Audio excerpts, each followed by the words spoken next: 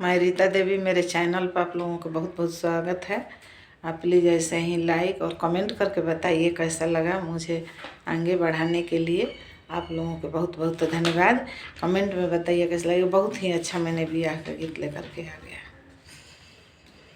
के हरा के डोलिया के हरा कैले जाला, के खरा बेटी जाली दूर हो। के हरा के डोलिया के हरा कैले जाला, के खरा बेटी जाली दूर हो।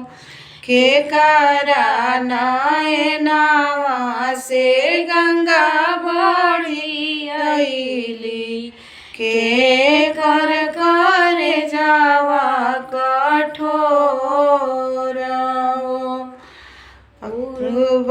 के जलिया पश्चिम कैले जाला, पापा के बेटी जाली दूर।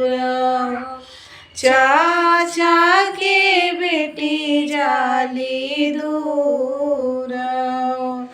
आमा के नयनावा से गंगा बड़ी अइली, पापा के करे जावा कठोर।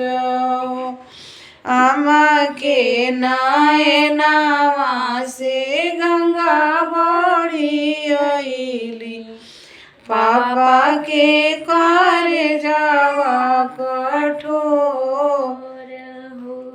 बेटी के जन्म जानी दियाए विधाता, बेटी के दर्द न सहाय हो।